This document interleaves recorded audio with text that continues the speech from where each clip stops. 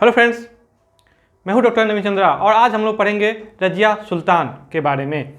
वही रज़िया सुल्तान जो जनता के द्वारा चुनी गई पहली और अंतिम महिला सुल्ताना थी। ठीक है, तो आज हम लोग अध्ययन करेंगे रज़िया सुल्तान, जिनका शासनकाल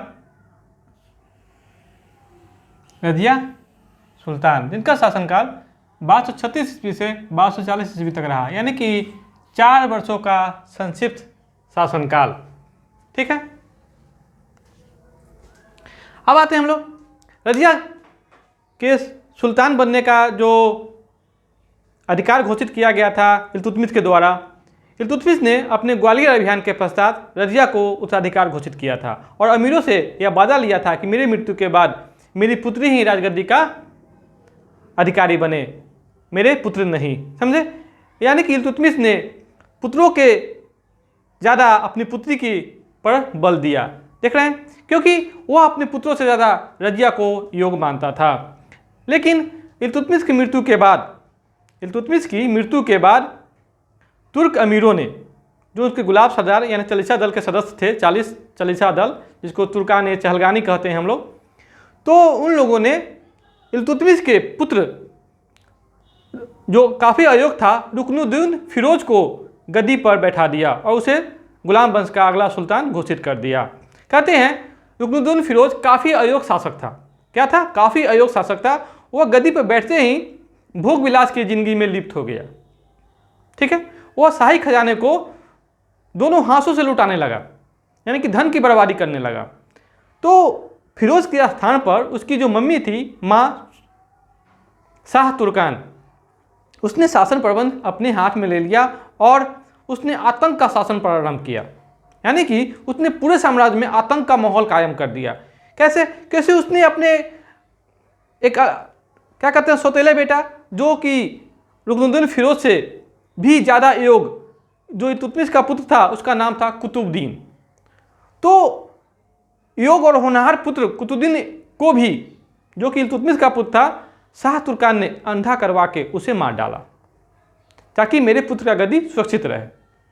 ठीक है, यहाँ पर ठीक इसी समय फिर एक ट्विस्ट आएगा।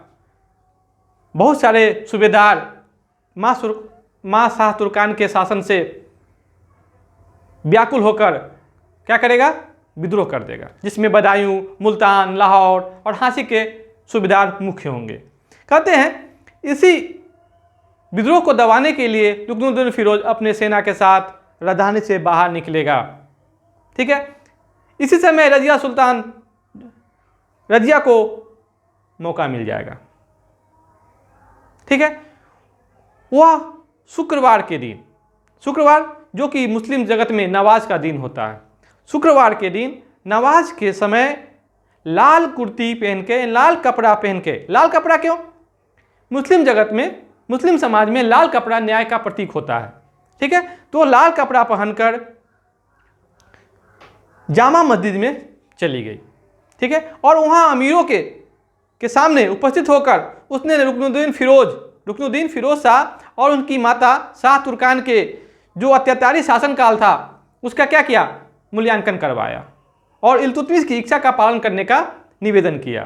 कहते हैं दिल्ली की जो जनता थी, दिल्ली की जनता और सैनिक ने रज़िया के विचारों से इतना प्रभावित हुआ कि उसने रज़िया को गद्दी पर बैठाने का निश्चय कर लिया और उसने जाके राजमहल को चारों तरफ से घेर लिया और शाह तुर्कान को बंदी बना के मार डाला गया।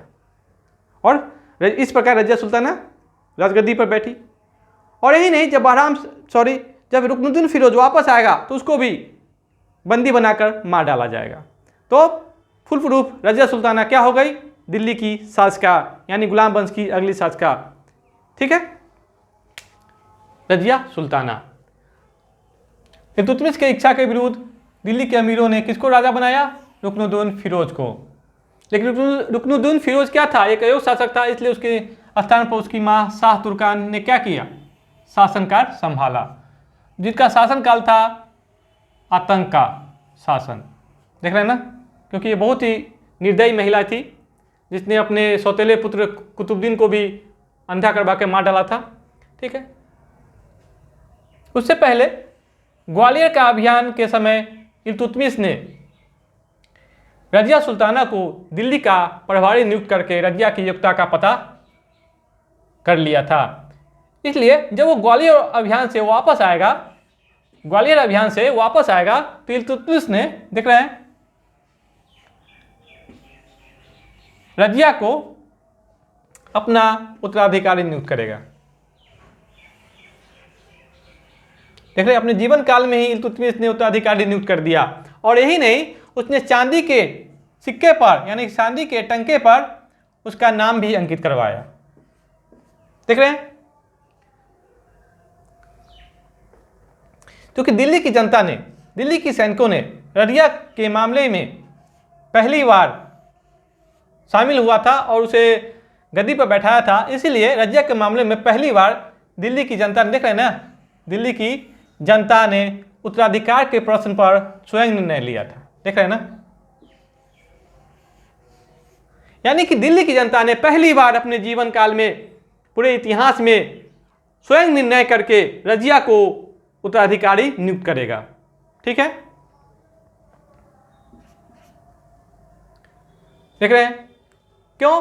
क्योंकि रुकनुद्दीन फिरोज के राजधानी से बाहर निकलते ही रजिया सुल्तान को मौका मिल जाएगा, क्योंकि इसका नाम रहता है रजिया, और जब सुल्तान की गद्दी पे बैठती है तो रजिया सुल्ताना। ठीक है, तो हम लोग रजिया लाल वस्त्र पहनकर, जो कि मुस्लिम जगत में क्या होता है, न्याय का प्रतीक होता है, शुक्रवार के दिन, किस दिन? शुक्रवार के दिन नमाज के टाइम में जामा मस्जिद में जनता, सैनिकों और चालीसा दलों के सामने न्याय की मांग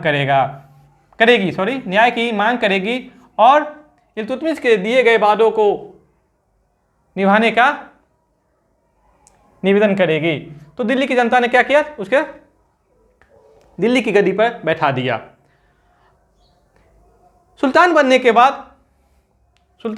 बाद रजिया ने, देखें, रजिया ने पर्दा प्रथा का त्याग कर दिया, यानी कि परिवर्तन ही परिवर्तन। देख रहे हैं, मुस्लिम जगत में महिलाओं को पर्दा प्रथा में रहना पड़ता है, लेकिन रजिया ने पर्दा प्रथा का क्या कर दिया? त्याग कर दिया, और खुले मुंह दरबार में जाने लगी,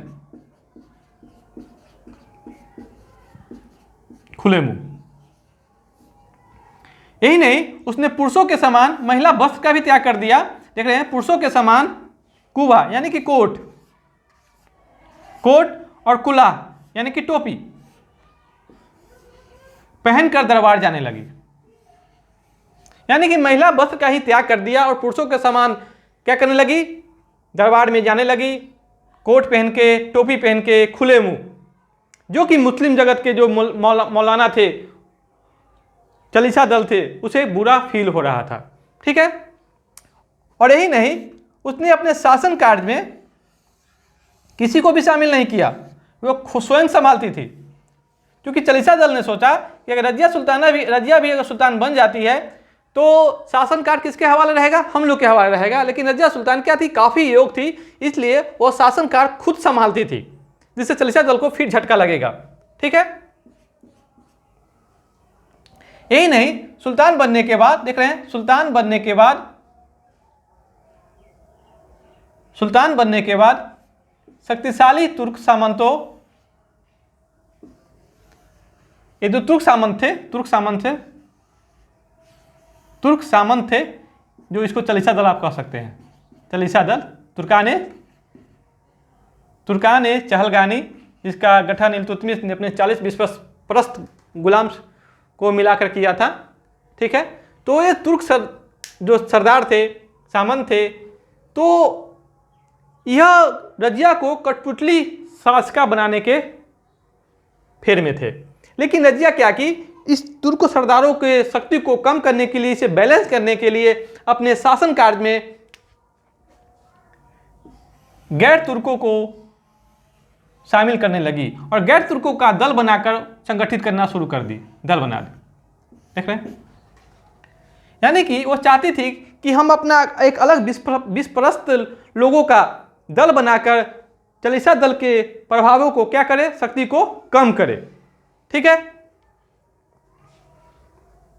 इसके लिए रजिया ने अपना कार्य शुरू कर दिया, जिसमें उसने एक अबिसिनियाई देख रहे हैं यहाँ पर, अबिसिनियाई व्यक्ति जो काफ़ी क्रूर था, उस अफसर का नाम था जलालुद्दीन याकूत। जलालुद्दीन याकूत जो कि एक अबिसिनियाई था, यानी कि यह तुर्क नहीं था, को अमीर आखुर के पद पर नियुक्त किया। देख रहे हैं, अमीर आखुर। ये अमीर आखुर के पद पर कौन नियुक्त हुआ? जलालुद्दीन याकूत। इसके शॉर्ट फॉर्म में हम लोग क्या करेंगे? याकूत पढ़ेंगे। क्या पढ़ेंगे? याकूत। अमीर आखुर का मतलब है अश्वशाला का प्रधान। अब आपको बात समझ में आ रही होगी कि कुतुबुद्दीन ऐबक भी मोहम्मद गोरी के टाइम में अश्वशाला का प्रधान नियुक्त हुआ था, बाद में चलकर एक बेहतरीन शासक हुआ था। ठीक है, तो याकूत कहाँ क्या था? घोड़े का सरदार था। घोड़े का जो तबेला होता है उसका यह सरदार था, यानी कि अश्वशाला का प्रधान था। यही कारण है कि रजिया जब घोड़े पर अपना युद्ध का अभ्यास करेगी तो याकूत उसे बैठाने में मदद करेगा। यही कारण है कि उस समय के जो तुर्क सरदार थे उसने अफवाह फैला दी कि याकूत के साथ रजिया का क्या है? गलत संबंध है। ठीक है, तो ऐसा माना भी जाता है कि रजिया भी याकूत के साथ घनिष्ठ संबंध रखना पसंद करती थी। अगला इनका परिवर्तन था रजिया सुल्ताना का यतगीन को बदायूं का इक़्तिदार घोषित किया। बदायूं का मतलब समझ रहे हैं ना? जब इल्तुतमिश को बदायूं का गवर्नर बनाया गया था कुतुबुद्दीन ऐबक के द्वारा, तो बदायूं का गवर्नर बनाया गया था, इसलिए बदायूं का अगला शासक ही गवर्नर नहीं क्या होगा? इल्तुतमिश शासक बन जाएगा। क्यों? क्योंकि बदायूं उस समय का सबसे बेहतरीन इक्ता था। ठीक है, तो यतगून को क्या मिल गया? यहाँ बदायूं का इक्तादार बना दिया गया। और यही नहीं, उसे अमीर हाजिब के पद पर नियुक्त कर दिया।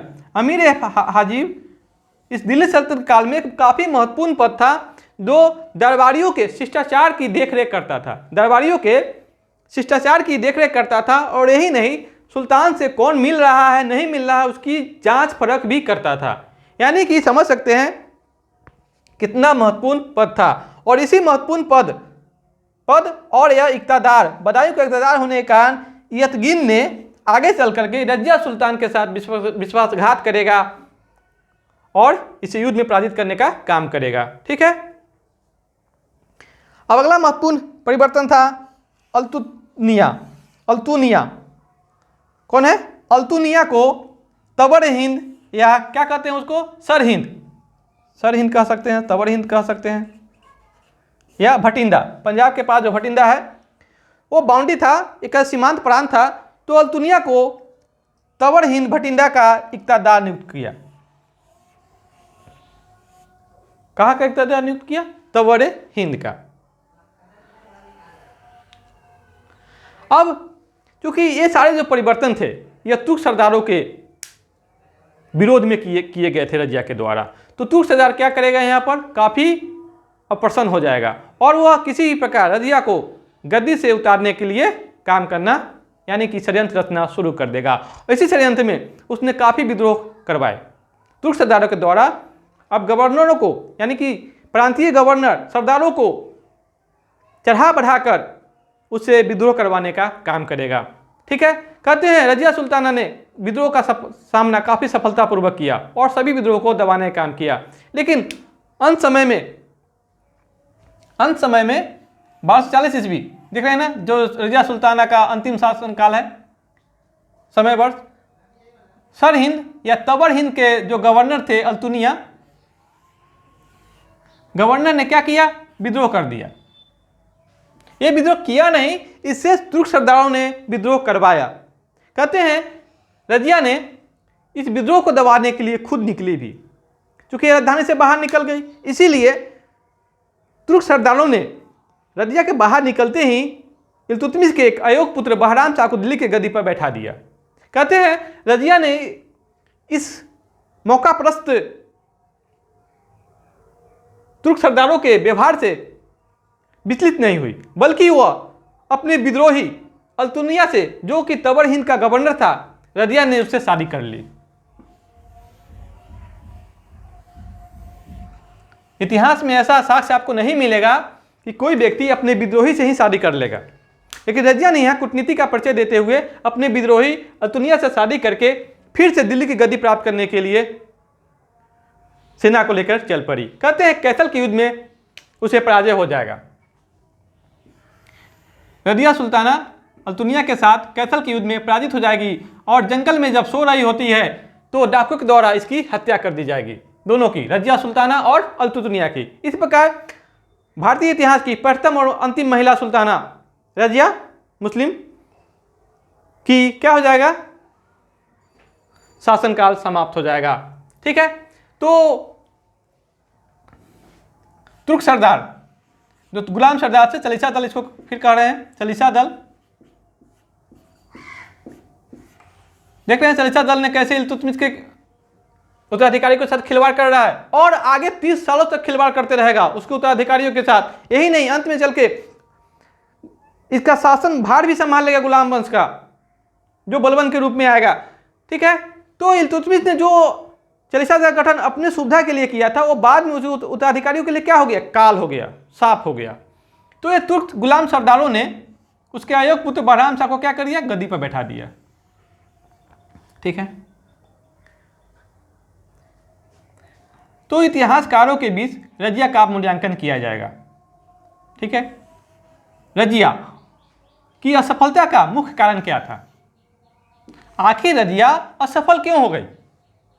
क्वेश्चन तो बनता है कि रजिया के सारे गुण होते हुए भी, योग होते हुए भी असफल क्यों हो गई। तो देखेंगे यहाँ पर असफल का जो मुख्य कारण था तुर्क गुलाम सरदारों का महत्वाकांक्षा। क्या था, महत्वाकांक्षा। तुर्क गुलाम जो सरदार थे उसकी महत्वाकांक्षा थी कि जो भी शासक बने वो मेरे अंडर में रहे। ठीक है, यानी कि वो अपना शासनकाल खुद न संभाले, यानी कठपुतली बनकर रहे, जो कि रजिया को मंजूर नहीं था। और यह भी बात था कि तुर्क सरदार नहीं चाहते थे कि हम किसी महिला के सामने सर झुकाए और महिला खुले मुंह दरबार में आए, क्योंकि दरबार का जो शिष्टाचार होता है, दरबारियों को अपने राजा के समक्ष, अपने सुल्तान के समक्ष क्या होता है, सर झुकाना होता है। जब तक राजा न बैठे, सुल्तान न बैठे, दरबारियों को बैठना मनाही होता है। ठीक है, तो ये सारे काम तुर्क गुलाम सरदारों के लिए क्या था, लगता था कि गलत है, कि महिला के सामने सर झुकाना नहीं चाहिए। ठीक है, और नहीं महिला को खुले मुंह आना चाहिए दरबार में, बल्कि वो तो चाहता था कि रजिया सुल्ताना कहाँ रहे, राजमहल में ही रहे, दरबार में नहीं आए, दरबार का सारा शासनकाल चलीसा दल के द्वारा किया जाए। लेकिन रजिया सुल्ताना ने सारे के सारे मामला को ही पलट के रख दिया था। इसलिए तुर्क गुलाम सरदारों की महत्वाकांक्षाएं के कारण रजिया को असफलता हाथ लगी। ठीक है, इतिहासकारों ने, जिसमें प्रमुख इतिहासकार होंगे प्रमुख एल्फिस्टन, ब्रिटिश इतिहासकार एल्फिस्टन, ये जी उन्होंने कहा है यदि रजिया स्त्री न होती, यदि रजिया स्त्री न होती तो उसका नाम भारत के महान शासकों में लिया जाता। देख रहे हैं ना, कितनी बड़ी बात कह दी कि यदि रजिया स्त्री न होती तो उसका नाम भारत के महान शासकों में लिया जाता। किसने कहा, एल्फिस्टन महोदय ने। यही नहीं, उस समय के प्रसिद्ध इतिहासकार मिन्हाज उर सिराज के द्वारा, कौन है, मिन्हाज उर सिराज, तत्कालीन समय के महान इतिहासकार होंगे, उन्होंने अपने मूल्यांकन में कहा है कि रजिया में एक अच्छे शासक, माने कि अच्छे शासक, अच्छे राजा के सभी गुण मौजूद थे। देख रहे हैं ना, सभी गुण मौजूद थे। अगर उसमें कुछ कमी थी तो यह कि वह एक नारी थी, क्योंकि मिन्हाज उर सिराज ने भी कहा है कि नारी होने के कारण ही रजिया को असफलता हाथ लगी। यदि वो नारी न होती तो वो भी भारत के महान शासकों में होती। ठीक है, देख रहे हैं, रजिया के काल से ही 1236 से ही राजतंत्र और तुर्क सरदारों वही चालीसा दल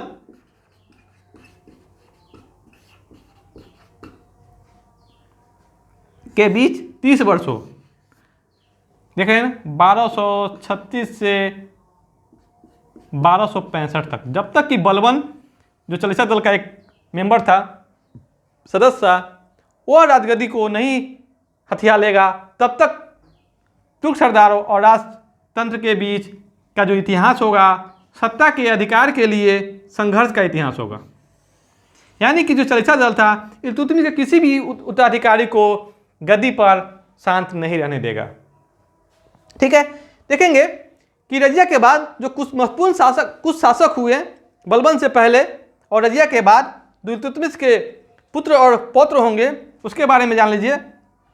बहराम शाह, जो रजिया के बाद चालीसा दलों ने, तुर्क सरदारों ने मुइनुद्दीन बहराम शाह को गद्दी पर बैठाया, जिसका शासनकाल मात्र 2 वर्ष 1240 से 1242 वर्ष रहा। 1240 से 1242 वर्ष रहा। इसका शासनकाल काफी संक्षिप्त है, लेकिन 2 महत्वपूर्ण कार्य हुए यहाँ पर। 2 महत्वपूर्ण कार्य हुए। पहला, उप सुल्तान पद का निर्माण किया गया।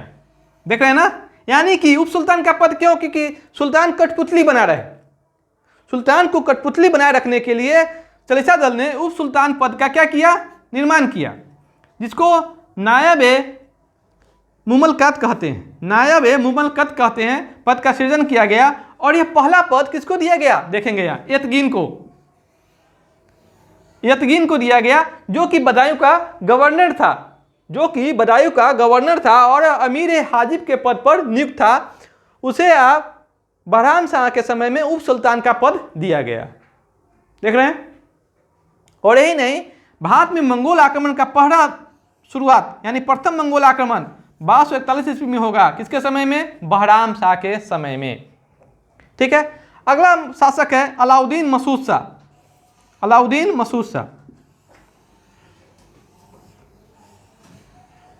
1242 से 1246 ईस्वी तक।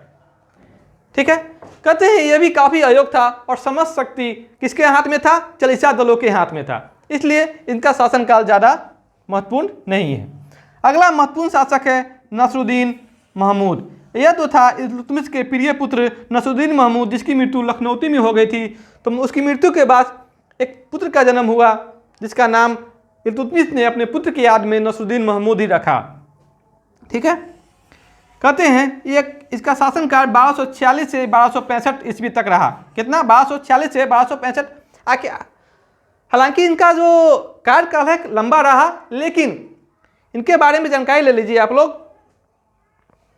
यह काफी शांत प्रवृत्ति का शासक था, यानी कि यह काफी शांत प्रवृत्ति का व्यक्ति था और धार्मिक जीवन जीने में यकीन रखता था। यही कारण है कि यह कुरान की नकल करके उसको बेचकर अपनी जीविका चलाता था। शासक होने के बावजूद यह कुरान की नकल करके उसको बेचकर अपने जीवन कार्य को चलाता था। ठीक है। और इसके समय में बलबन, जो इस वंश का अगला महत्वपूर्ण शासक होगा, चालीसा दल का एक प्रमुख सदस्य होगा, इसके पूरे की पूरे सत्ता को अपने प्रभाव में ले लेगा। किसके? नसरुद्दीन महमूद के प्रभाव के। और यही नहीं, बलबन अपनी पुत्री की शादी भी नसरुद्दीन महमूद से कर कहते हैं कि इतिहासकारों का कहना है कि नसरुद्दीन महमूद को जहर देकर मार दिया गया, और उस समय बलबन उप सुल्तान के पद पर आसीन था। तो बलबन ने यहाँ क्या किया? नसरुद्दीन महमूद को जहर देकर मार दिया। उस समय नसरुद्दीन महमूद की कोई संतान नहीं थी, यानी कि वो निसंतान मारा। तो इस प्रकार बलबन ने गद्दी को क्या कर लिया? हपया लिया। ठीक है। जो गुलाम वंश का अगला महत्वपूर्ण शासक होगा और एक अलग वंश, बल्बी वंश की शुरुआत करेगा। ठीक है। तो अगला जब हमारा महत्वपूर्ण टॉपिक होगा बलबन।